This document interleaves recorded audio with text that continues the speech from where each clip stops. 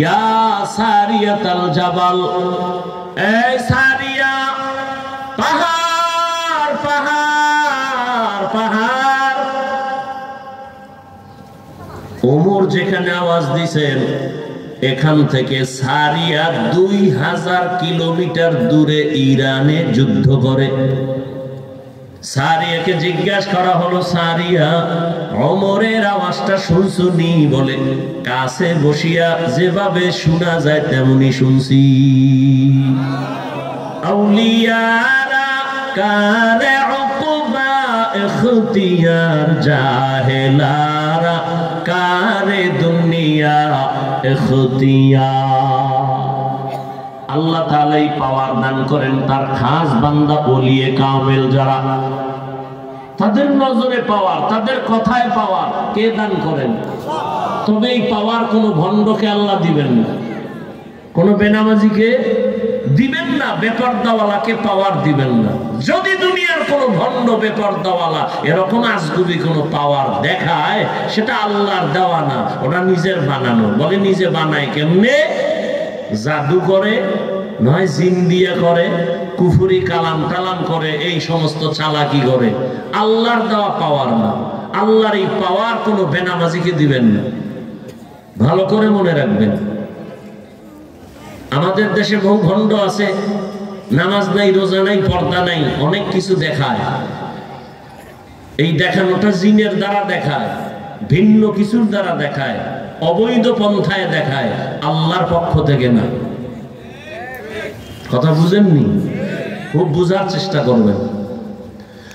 وَأَمَّا مَنْ خَافَ مَقَامَ رَبِّهِ وَنَهَى النَّفْسَ عَنِ الْهَوَى فَإِنَّ الْجَنَّةَ هِيَ الْمَأْوَى। আল্লাহর আদালতে দাঁড়াইয়া হিসাব দেওয়ার ভয়।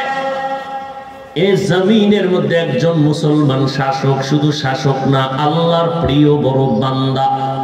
আপনারা নাম সবাই জানেন, বাদশাহ হারুন রশিদ। নাম জানেননি?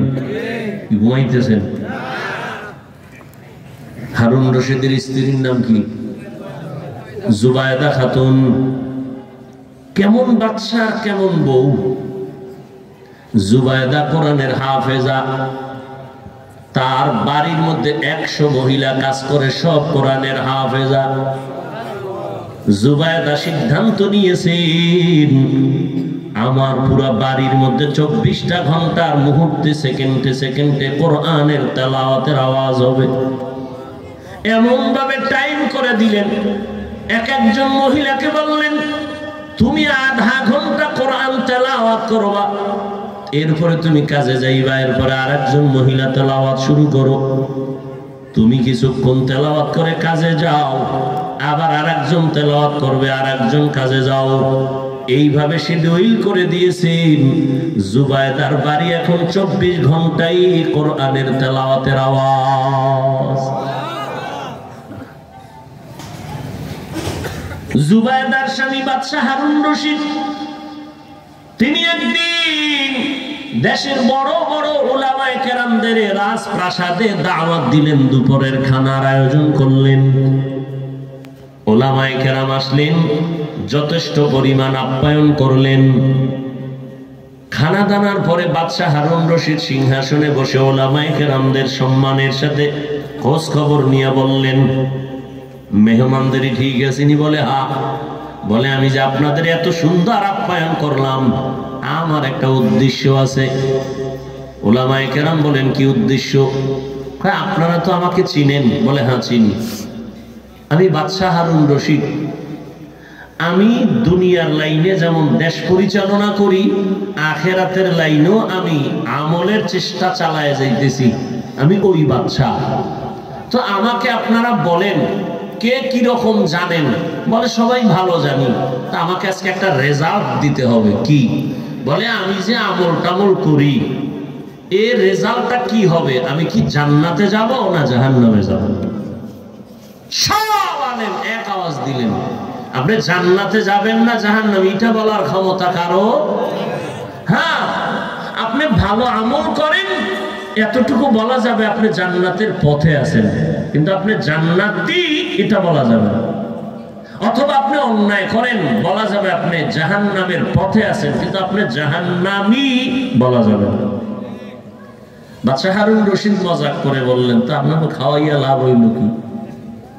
একটা রেজাল্ট যদি দিতেই না পারেন আমি জান্নাতি না জাহান্নামী, তো লাভ হইল কি খাওয়াইয়া? বাদশা নিরাশ। ঠিক আছে, আর কি করার, আপনারা চলে যান। মনটা বড় খারাপ, ওলামায়ে কেরামও পেরেশান হয়ে গেলেন। বাদশার আপ্যায়নে আমরা আপ্যায়িত হলাম, কিন্তু তার মনের চাহিদা পূরণে একটা সমাধান দিতে পারলাম না।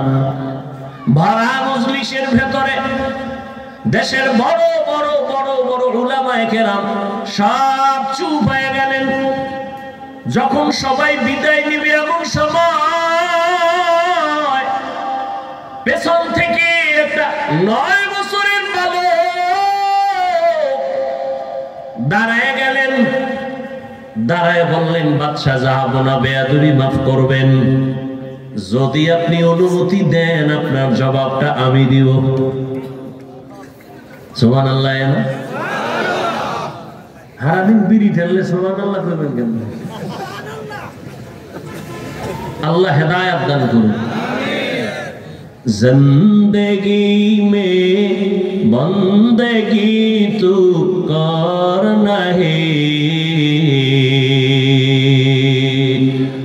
जिंदगी में बंदगी तू कर नहीं, जिंदगी बे बंदगी शर्मिंदा है, जिंदगी बे बंदगी शर्मिंदा है। यहाँ हम सब मुसाफिर दिल ना लगा,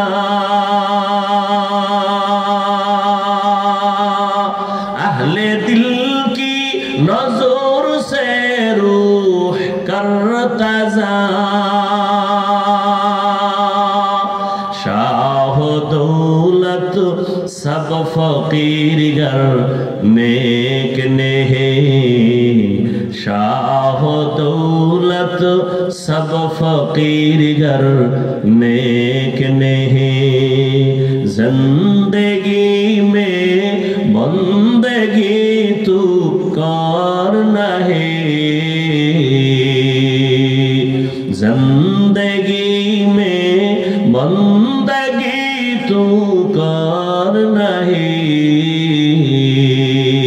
जिंदगी बे बंदगी शर्मिंदा है, जिंदगी बे बंदगी शर्मिंदा है, जिंदगी में बंदगी कुन बंदगी, बंदगी बे जिंदगी शर्मिंदगी। 9 বছরের বালক দাঁড়ায় গেল। বাদশা বলে, ওকে আসার সুযোগ দাও। 9 বছরের বালক সামনে দাঁড়াইয়া বলেন, বাদশা জাহাপনা আপনার প্রশ্নটা কি আবার বলেন। বলে, আমার প্রশ্ন হলো আমি বাদশা হারুন রশিদ জান্নাতি নাকি জাহান্নামী? 9 বছরের বালক বলে, জবাবটা তো আমি দিব। বলে, হ্যাঁ, তবে আপনার কাছে প্রশ্ন, যে প্রশ্ন করে সে কি উপরে, না যে জবাব দেয় সে একটু বড়? বাদশা হারুন রশিদ বলে, জবাব যিনি দিবে তুলনামূলক তো কিছু সময়ের জন্য হলেও সে বড়। 9 বছরের বালক বলে, বেয়াদবি ক্ষমা করবেন, আমাকে সিংহাসনে বসাইয়া আপনি নিচে নেমে আসেন। বাদশা তো দুনিয়াদার গাদ্দার না, বাদশা তো একটু দিনদার, অহংকারী ভাব নাই। উজিরকে বলে, নিচে আমাকে বসার বিছানা দাও, 9 বছরের সন্তানটাকে আমার সিংহাসনে উঠাও। বাদশা হারুন রশিদ নিচে চলে গেলেন।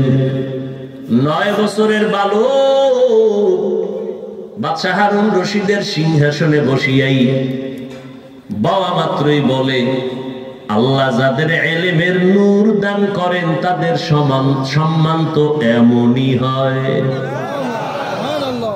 আল্লাহ যাদের ইলম দান করেন তাদের সম্মান তো এমনই হয়। এত বড় বাদশা আসছে নিচে বসে গেছে, আর ইলমের বরকতে আল্লাহ আমাকে অনেক উপরে উঠায় দিলেন। এটা আমার চেহারার গুণে না, ইলমের বরকতের কারণ। ইলমেরা এজাজু করদান বেহিসাব, খলকেরা দাদান জওয়াবে বাসওয়াব, হক না দারদ দোস্তে খলকা জারেরা, মিস্তে ই খসলত একে দিনদারেরা। ইলম ওয়ালার থেকে জমিনে সম্মানিত আর কেউ নাই। মহামারী করোনায় তাকাইয়া দেখছো, স্কুল বন্ধ, কলেজ বন্ধ, চাকরি বন্ধ, ব্যবসা বন্ধ, ফ্যাক্টরি বন্ধ, দোকান বন্ধ, গাড়ি ঘোড়া বন্ধ, পুরা দুনিয়াটা স্তব্ধ হয়ে গেল। ইতিহাস ভুলে যাইও না রে জাতি, ভালো করে মনে রাখিও, এ জমিনে সব বন্ধ হয়ে গেল, কিন্তু কোরআনের একটা মাদ্রাসাও বন্ধ হয় নাই। এ সম্মানকে দিছেন।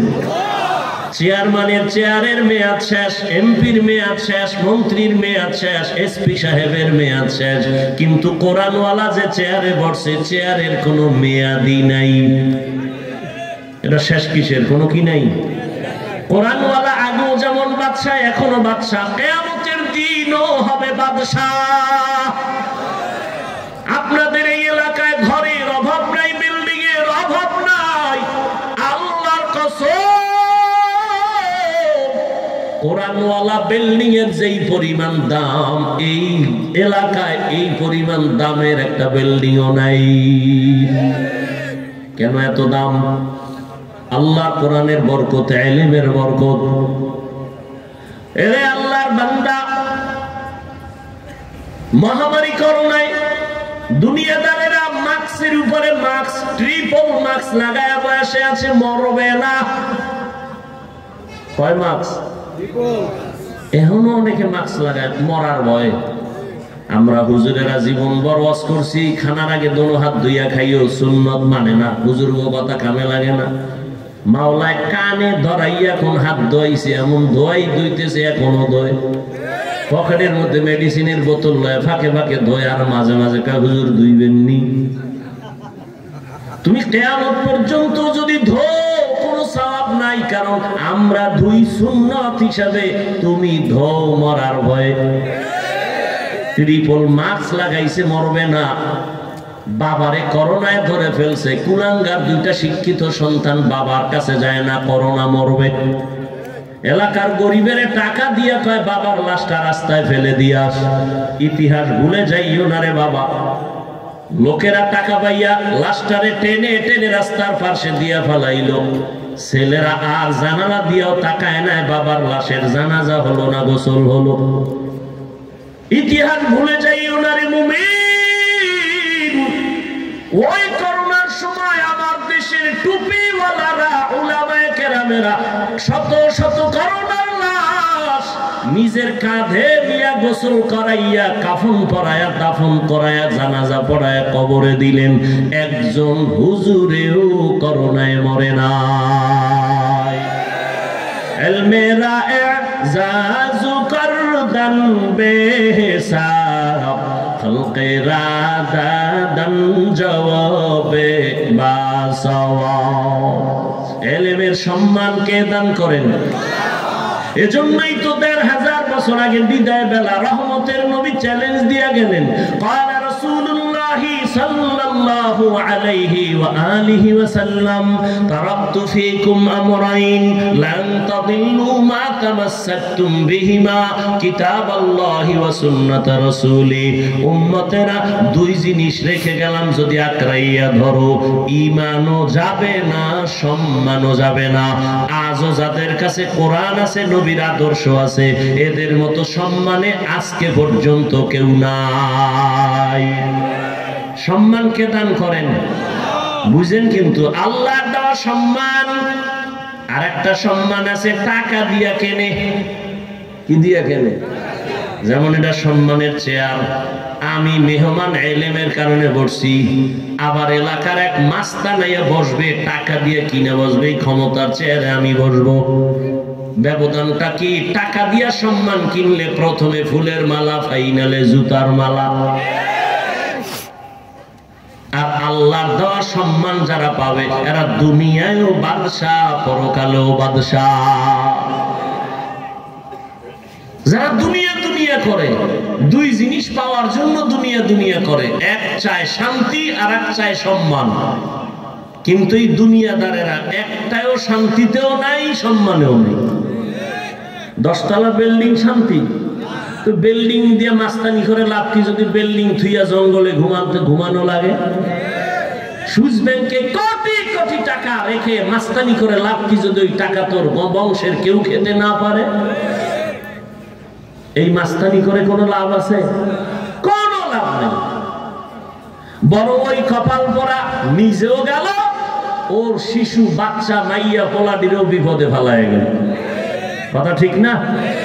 বাপ নামের কলঙ্ক। অথচ বাপ হওয়া উচিত আদর্শ বাবা। সন্তান গর্ব করবে আমার বাবা আদর্শ বাবা।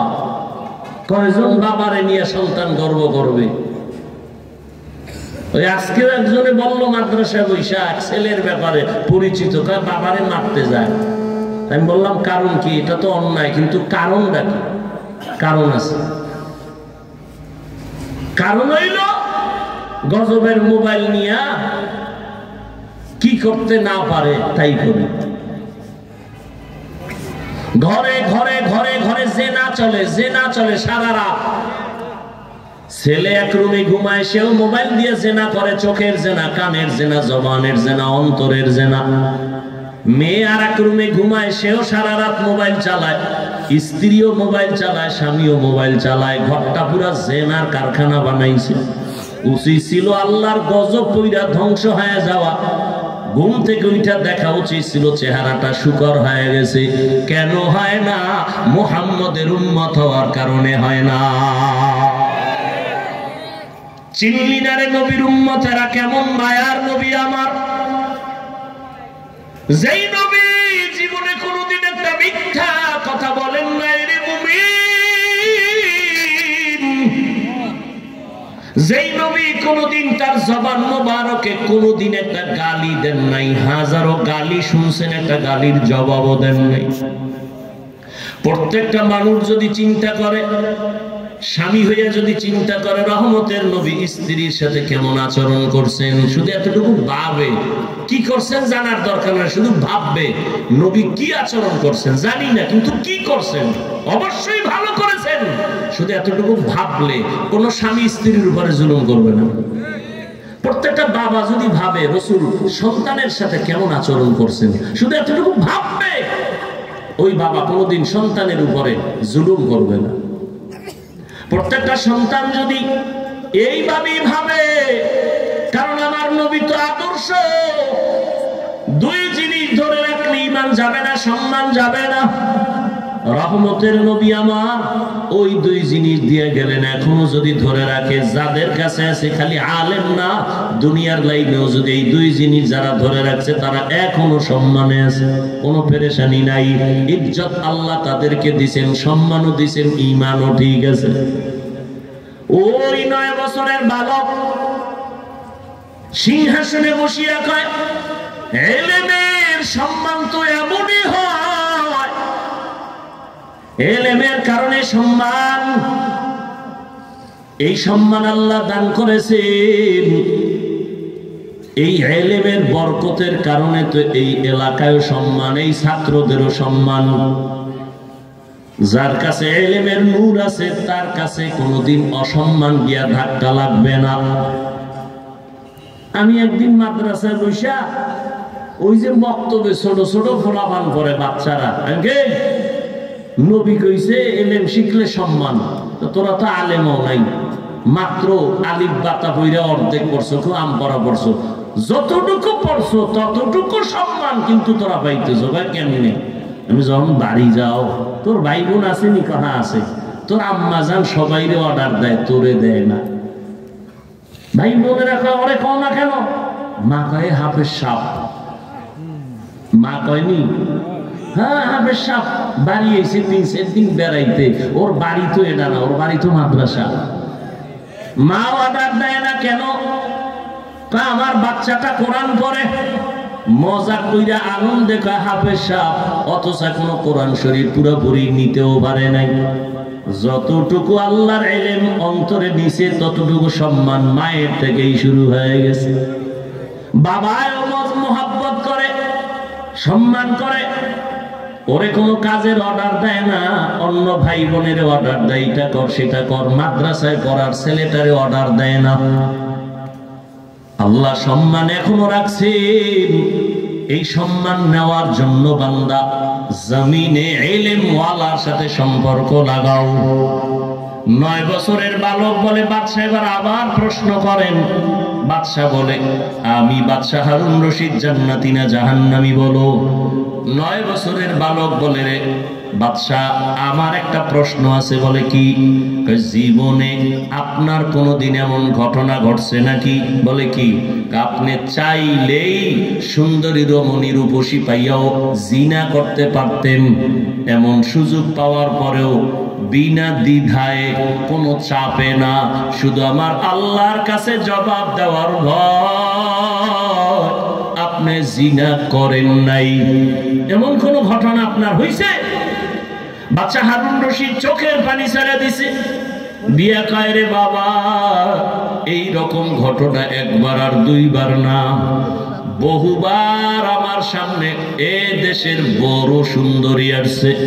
আমি চাইলেই গুনাহ করতে পারতাম, তবে আল্লাহর আদালতে দাঁড়াইয়া হিসাব দেওয়ার ভয় আমার অন্তরে জমা যখন হয়ে গেছে, আমি একবারও জিনা করব দূরের কথা, 2 চোখ দিয়া সুন্দরের দিকে তাকাইও নাই।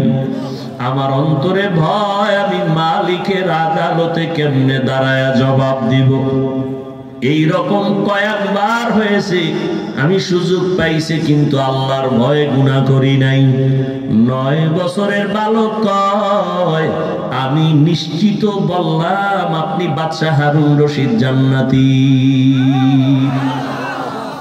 সব উলামায়ে কেরাম দাঁড়ায় গেল। আমরা তো বড় বড় আলেম, কেউ বলতে পারি নাই তুমি 9 বছরের বালক, কেমনে বলেছো বাদশা হারুন রশিদ জান্নাতি? 9 বছরের বালক বলে আমি 9 বছরের হলে কি হবে?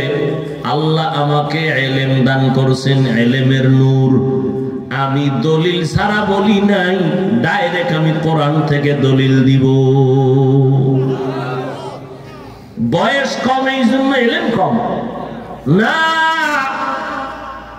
কয়েক মাস আগে এক মাদ্রাসায় বয়ান করতে গিয়া একটা ছাত্রের পাগড়ি দিলাম, 8 বছর বয়স, 6 মাসে হাফেজ হয়ে গেছে।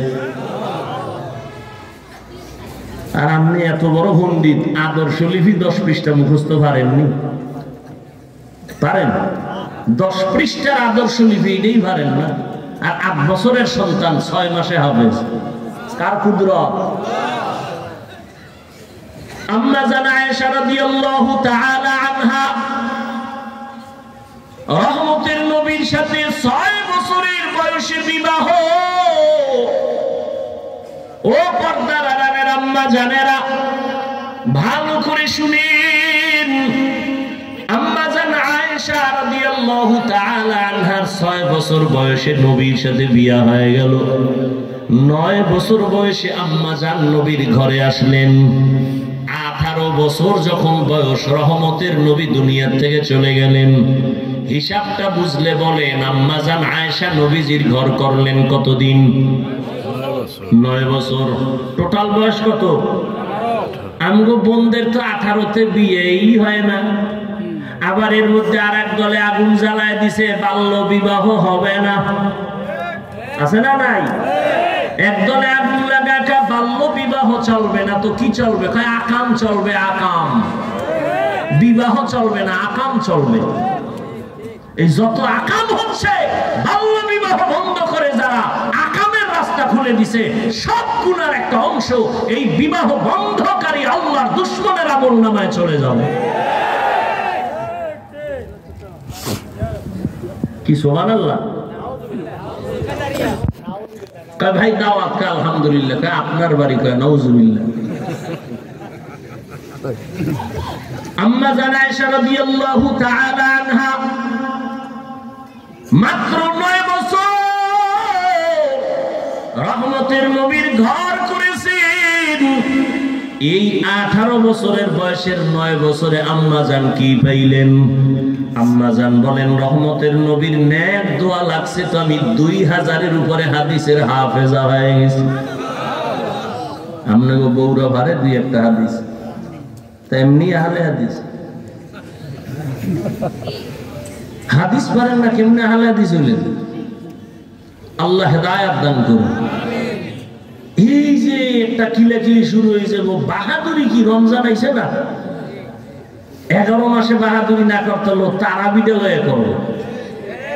8 রাকাতের উপর একটা তুফান শুরু হয় মসজিদের ভিতরে, কথা ঠিক না? মানে হ্যাঁ 8 রাকাত পইরা 20 রাকাত ওয়ালাগো ধাক্কা দিয়ে বের হয়ে গেছে, বাহাদুর। আমি আধা মিনিটের জন্য যদি মেনে নেই আপনি তারাবি 8 রাকাত পড়বেন, মেনে নিলাম, পড়েন, কোনো দ্বন্দ্ব নাই, ঝগড়া নেই। রমজানে আপনাদের জানা থাকলে বলেন, একটা নফলের দাম কত? ফরজের সমান। তাহলে নফল কি রমজানে দামি না বেদামি? তাহলে আপনি 8 রাকাত যদি পড়েন ঠিক আছে, মেনে নিলাম, বাকি 12 রাকাত নফল হিসাবে পড়েন। আপনি বাহাদুরি করে বের হন কেন? অথচ আপনি হাদিস মানেন। কি হাদিস মানেন আপনি? রাসূল বলেছেন কিয়ামতের দিন ফরজ আমলের ঘাটতি পূরণ হবে নফলের দ্বারা। আপনি কি হাদিস বলেছেন? আল্লাহ হেদায়েত দান করুন। রহমতের নবী সাহাবায়ে কেরাম নফল ইবাদত করে নাই, আপনি কেন করবেন না? হ্যাঁ সমস্যা আছে, করেন না, সেটা ভিন্ন। কিন্তু যদি বাহাদুরি করেন আমি করব না, এই বাহাদুরিতে যদি কিছু আমল করেন তাও বরবাদ হয়ে যাবে।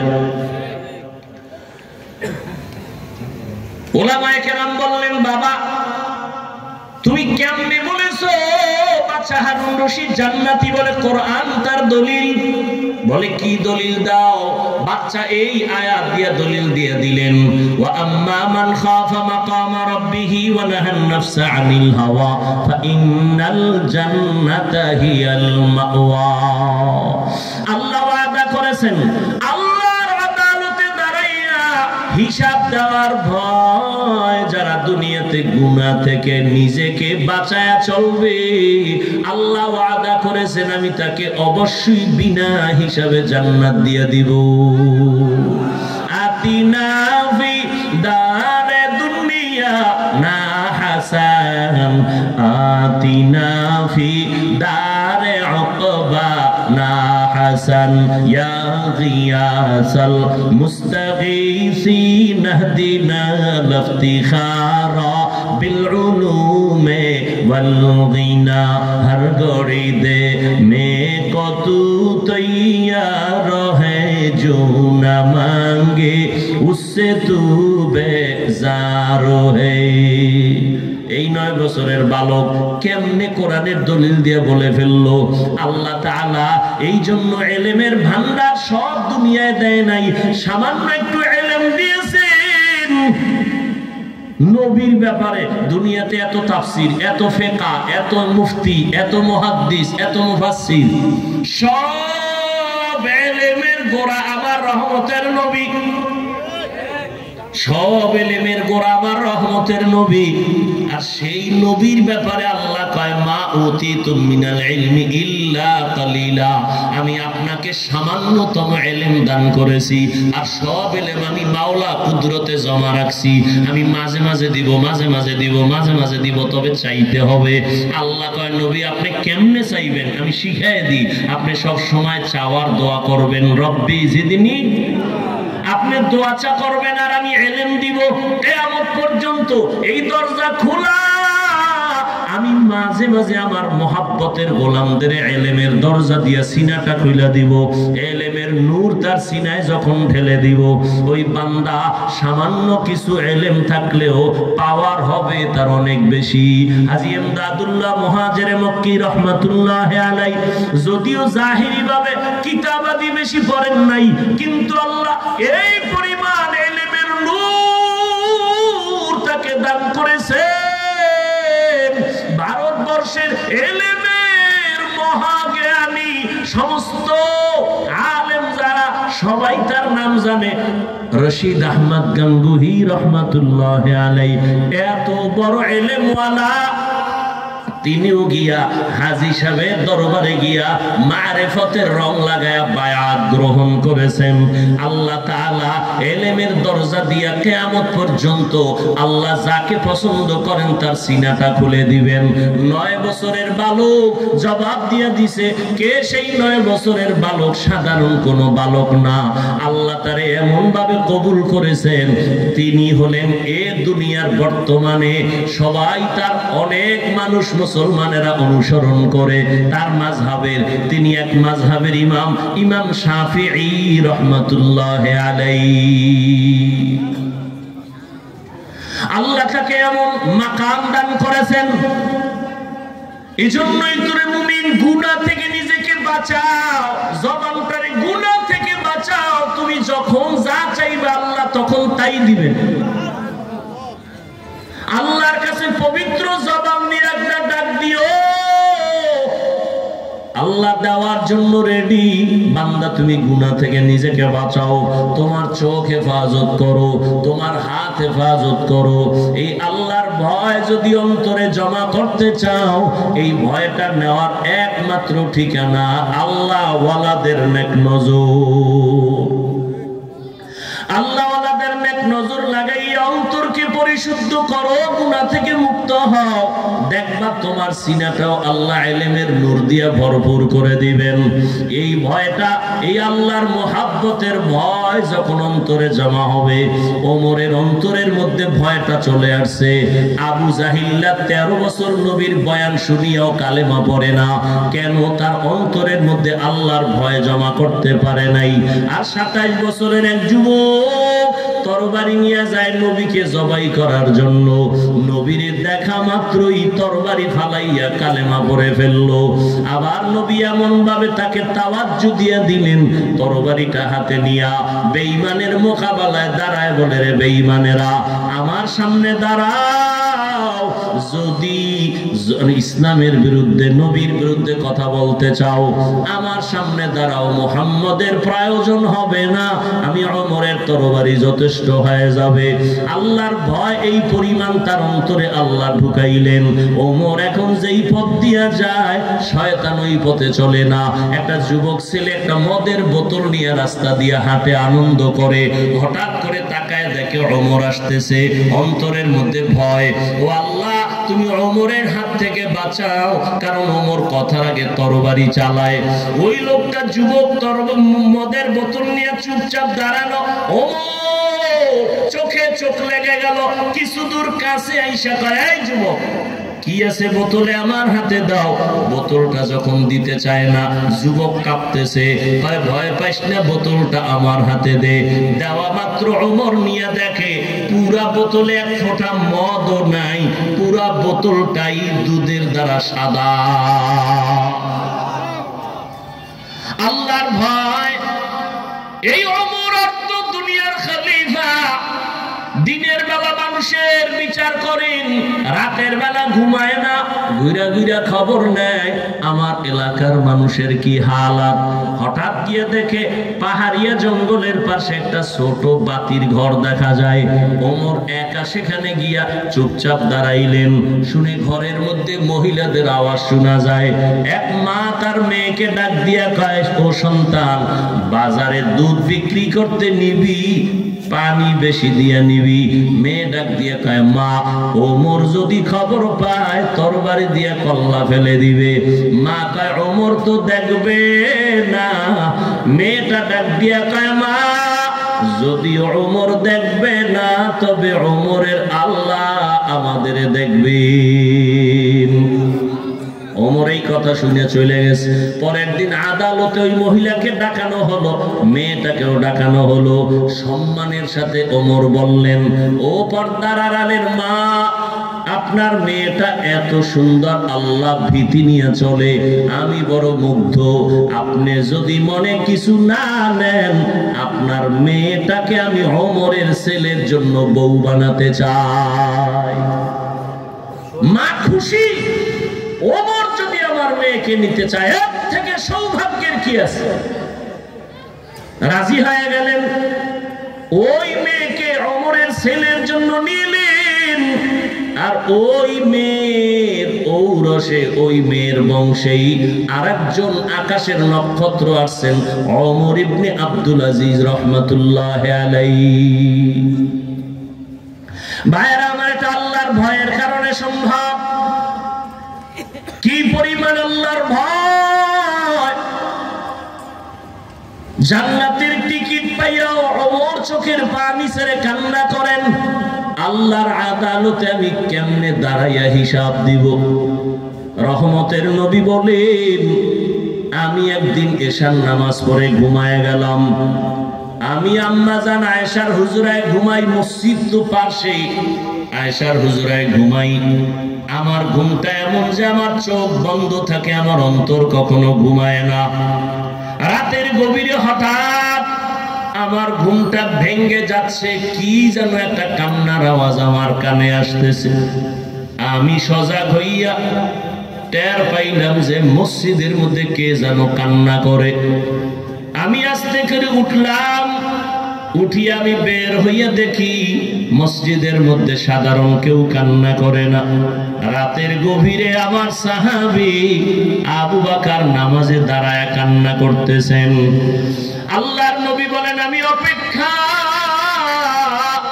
আবু বকর নামাজ শেষ করার পরে আমি জিজ্ঞাসা করলাম, ও আবু বকর, এই গভীর রাতে আপনার কান্নার আওয়াজে আমার ঘুম ভেঙ্গে গেল, আপনি নামাজের মধ্যে এই রাতে কাঁদলেন কেন? এবার আবু বকর বলেন, ইয়া রাসূলুল্লাহ, আল্লাহর আদালতে দাঁড়াইয়া হিসাব দেওয়ার ভয় আমি কান্না করেছি। রহমতের নবী বলেন, আবু বকর, জান্নাতের 10 জন সাহাবাদের মধ্যে আপনি তো প্রথম, আপনি কেন কান্না করলেন? আপনাকে তো আল্লাহ জান্নাতের সুসংবাদ দিয়েছেন। আবু বকর বলেন, পয়গম্বর, আপনি তো বয়ান করেছেন আল্লাহর আদালত বড় কঠিন। হাসরের ময়দানে সব মানুষ উলঙ্গ দাঁড়াবে, এমন অবস্থা হবে হাসরের মাঠে, যেই হাসরের ময়দানে সূর্যের গরমে জমিনটা তামা হয়ে যাবে, জাহান্নামের আগুনের গরম। আমার আল্লাহ রাগান্বিত আওয়াজ দিবেন, এমন এক হালাত হবে যে নবীরা পর্যন্ত কান্না করবেন। ওই হাসরের মাঠে আমার আল্লাহর আদালতে যদি নবীরাও কাঁদেন, আমি আবু বকরের উপায় কি হবে?